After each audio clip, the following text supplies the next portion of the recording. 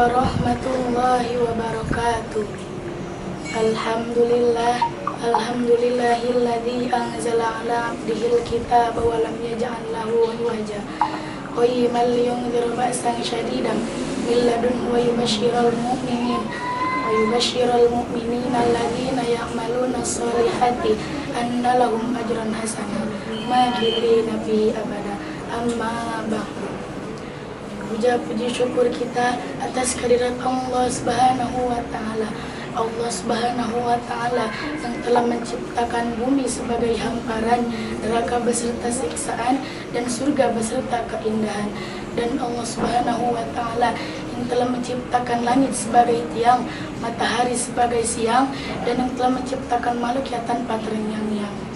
Salawat beriringkan salam selalu kita curahkan, selalu kita limpahkan pada Nabi penghulu umat, Nabi penebar rahmat, Nabi yang sangat tampan, Nabi yang sangat dermawan, dan Nabi akhirul zaman, yakni baginda Nabi besar Muhammad sallallahu alaihi wasallam.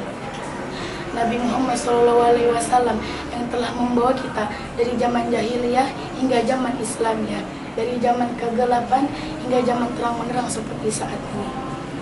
Hadirin wa hadirat rahimakumullah, membicarakan yang namanya mencintai Allah Subhanahu wa Ta'ala dan Rasulullah Sallallahu Alaihi Wasallam adalah kewajiban kita sebagai umat Muslim. Karena apa? Karena Allah Subhanahu wa Ta'ala yang telah menciptakan seluruh makhluk hidup ataupun makhluk yang tak hidup yang ada di dunia. Contoh dalam makhluk hidup seperti kita ini, mulai dari manusia, hewan, bahkan tumbuhan, itu semua yang menciptakan adalah Allah Subhanahu wa Ta'ala. Dengan kita mencintai Allah Subhanahu wa Ta'ala, kita bisa dengan mudah masuk surganya Allah Subhanahu wa Ta'ala. Bagaimana caranya supaya kita bisa dekat dengan Allah Subhanahu wa Ta'ala? Yakni dengan cara melaksanakan perintahnya dan menjauhi larangannya. Contoh dalam melaksanakan perintahnya, yakni menjalankan rukun-rukun yang ada dalam agama Islam, yakni rukun Islam dan rukun iman. Rukun Islam terdapat 5 perkara. Adapun rukun Islam yang pertama yakni syahadat. Kita umat Allah Subhanahu wa Ta'ala sebagai umat Muslim diwajibkan untuk mengucapkan lafaz syahadat. Adapun lafaz syahadat, asyhadu an la ilaha illallah wa asyhadu anna Muhammadar Rasulullah, yang artinya aku bersaksi bahwa tiada Tuhan selain Allah dan aku bersaksi bahwa Nabi Muhammad adalah utusan Allah. Adapun rukun Islam yang kedua yakni salat.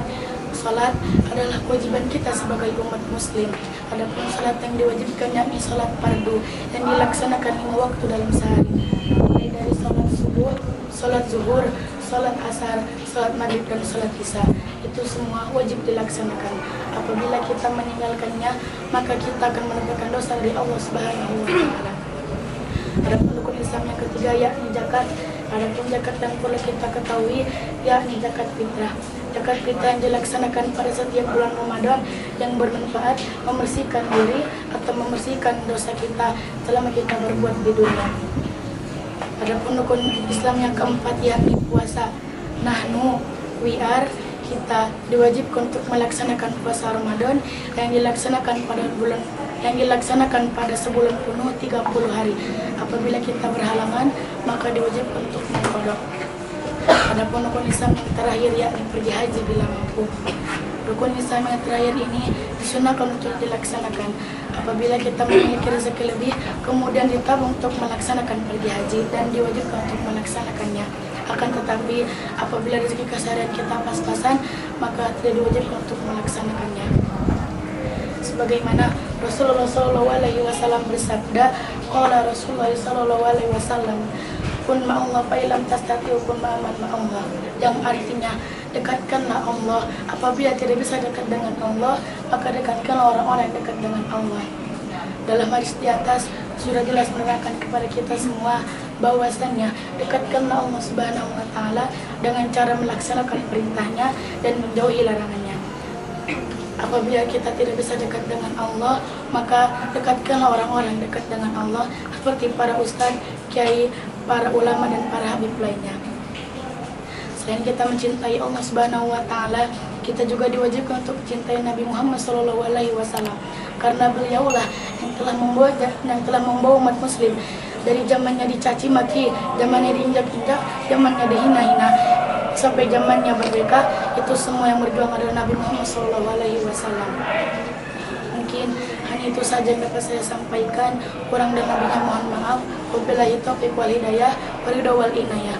Wassalamualaikum warahmatullahi wabarakatuh.